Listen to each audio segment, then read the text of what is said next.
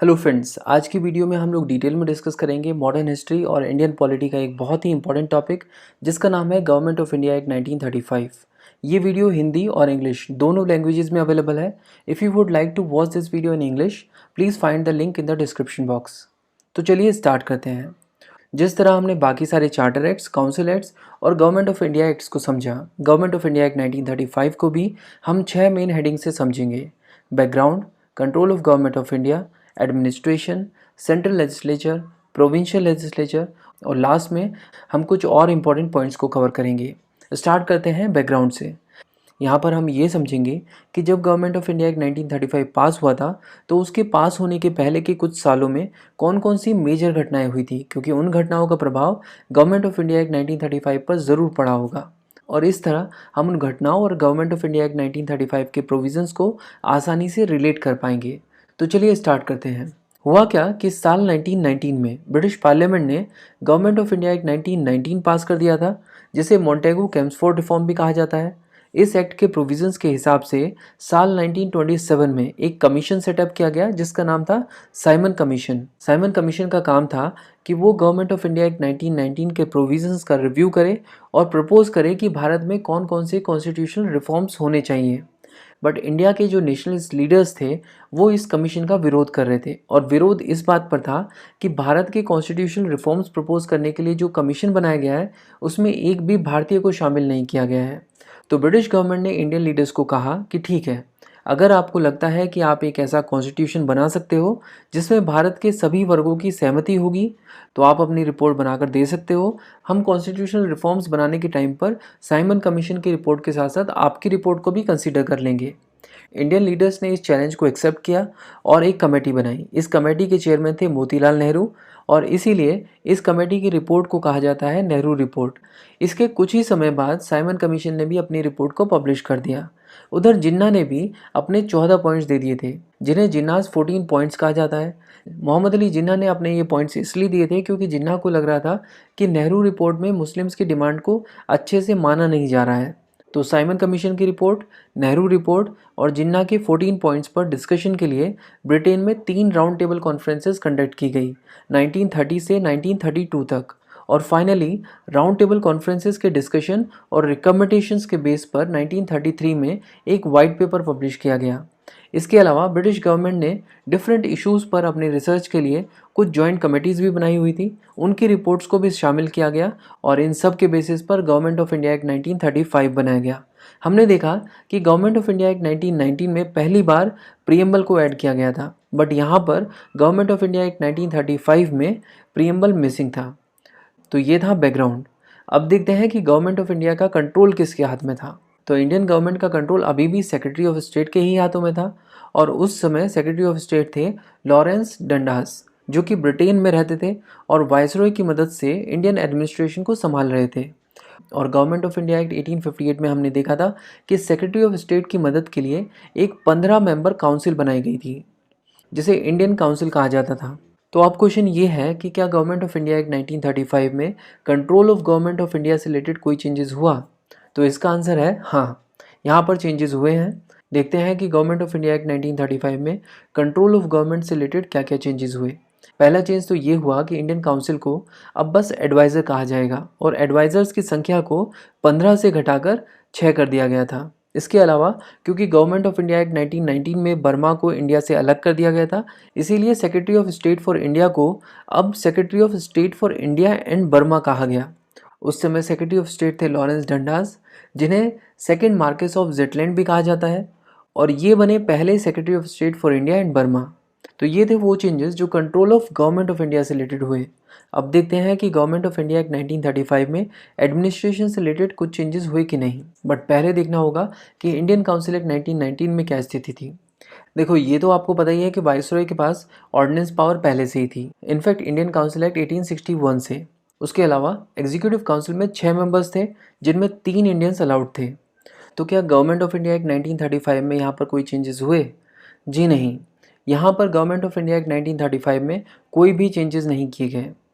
तो ये तो बात हुई गवर्नमेंट ऑफ इंडिया एक्ट 1935 के एडमिनिस्ट्रेशन की। अब देखते हैं कि गवर्नमेंट ऑफ इंडिया एक्ट 1935 में सेंट्रल लेजिस्लेचर की क्या स्थिति थी। बट उससे पहले हमें गवर्नमेंट ऑफ इंडिया एक्ट 1919 के सेंट्रल लेजिस्लेचर पर नज़र मारनी होगी। देखो, गवर्नमेंट ऑफ इंडिया एक्ट 1919 में लेजिस्लेटिव असेंबली में 145 मेंबर्स थे और काउंसिल ऑफ स्टेट में 60, और इन दोनों हाउसेज में कुछ मेंबर्स इलेक्ट होकर आते थे और कुछ मेंबर्स वाइसरॉय द्वारा नॉमिनेट होकर। और इन नॉमिनेटेड मेंबर्स में कुछ मेंबर्स ऑफिशियल्स होते थे और कुछ नॉन ऑफिशियल्स। ऑफिशियल मेंबर्स मतलब वो मेंबर्स जो ब्रिटिश गवर्नमेंट में सिविल सर्विसेज या फिर मिलिट्री सर्विसेज में काम कर रहे होते थे। यहाँ पर गौर करने वाली बात यह है कि ये सभी मेंबर्स ब्रिटिश प्रोविंसेस से आते थे, प्रिंसली स्टेट से नहीं। और गवर्नमेंट ऑफ इंडिया एक्ट 1935 में यहाँ पर काफ़ी सारे चेंजेस हुए। पहला चेंज तो ये हुआ कि अब लेजिस्लेटिव असेंबली में 145 नहीं बल्कि 375 मेंबर्स कर दिए गए और काउंसिल ऑफ स्टेट में मेंबर्स की संख्या को बढ़ाकर 260 कर दिया गया। इसके अलावा गवर्नमेंट ऑफ इंडिया एक्ट 1935 में ये प्रपोज किया गया कि एक ऑल इंडिया फेडरेशन बनाई जाएगी जिसमें ब्रिटिश इंडियन प्रोविंसेस और प्रिंसली स्टेट्स दोनों के मेंबर्स को रिप्रेजेंटेशन दिया जाएगा।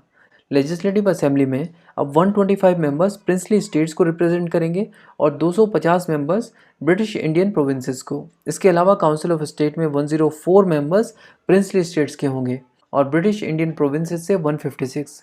और हाँ, लेजिस्लेटिव असेंबली को अब फेडरल असेंबली कहा जाएगा। यहाँ पर यह भी कहा गया कि प्रिंसली स्टेट्स की अपनी खुद की मर्जी होगी कि वो फेडरेशन को ज्वाइन करना चाहते हैं या नहीं। अगर वो फेडरेशन को ज्वाइन करना चाहते हैं तो उन्हें ब्रिटिश गवर्नमेंट के साथ एक इंस्ट्रूमेंट ऑफ एक्सेशन साइन करना होगा। इसके अलावा यहाँ पर गवर्नमेंट ऑफ इंडिया एक्ट 1935 में कम्युनल रिप्रेजेंटेशन को गवर्नमेंट ऑफ इंडिया एक्ट 1919 के मुकाबले और ज़्यादा बढ़ा दिया गया। यहाँ पर मुस्लिम, सिख और यूरोपियंस के साथ साथ लेबर्स, लैंडलॉर्ड और वुमेन्स को भी सेपरेट इलेक्टोरेट दे दिया गया। एक और important cheese, government of India act 1919 में सभी सब्जेक्ट्स को सेंट्रल सब्जेक्ट और प्रोविंशियल सब्जेक्ट में डिवाइड किया गया था।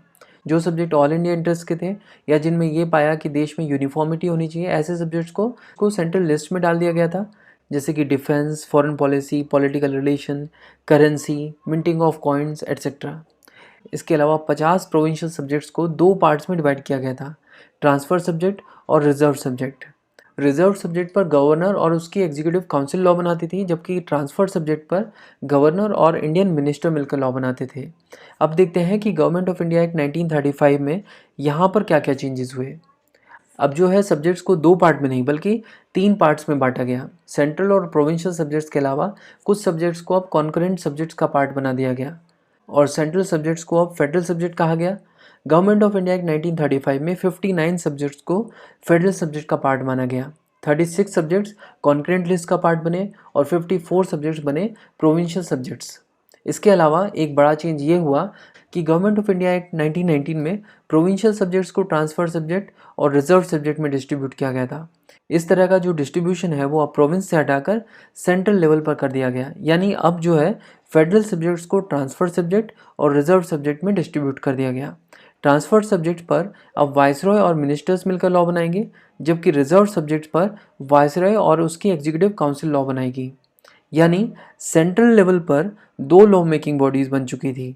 एक लॉ मेकिंग बॉडी जो है वो ट्रांसफर सब्जेक्ट पर लॉ बनाती थी और दूसरी law making body reserve subject पर।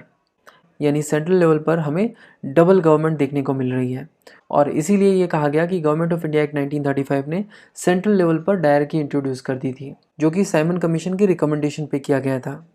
देखो, ये तो क्लियर है कि फेडरल सब्जेक्ट पर लॉ जो है वो सेंट्रल लेजिस्लेचर बनाएगा और प्रोविंशियल सब्जेक्ट पर लॉ प्रोविंशियल लेजिस्लेचर बनाएगा। इसके अलावा जो तीसरे सब्जेक्ट हैं कॉन्करेंट सब्जेक्ट, उन पर सेंट्रल लेजिस्लेचर और प्रोविंशियल लेजिस्लेचर दोनों मिलकर लॉ बनाएंगे। बट मान लो कोई ऐसा सब्जेक्ट आ जाए जो ना फेडरल सब्जेक्ट का पार्ट है, ना प्रोविंशियल सब्जेक्ट का पार्ट है और ना ही कॉन्करेंट सब्जेक्ट का, उसे कहा जाएगा रेजिडुअल सब्जेक्ट। अब ऐसे सब्जेक्ट को किसी ना किसी लिस्ट में तो ऐड किया ही जाएगा, बट इस प्रोसेस में बहुत ज़्यादा टाइम लग सकता है। इसीलिए वाइसरॉय को ये पावर दी गई कि वाइसरॉय किसी भी रेजिडुअल सब्जेक्ट पर लॉ बना सकता है।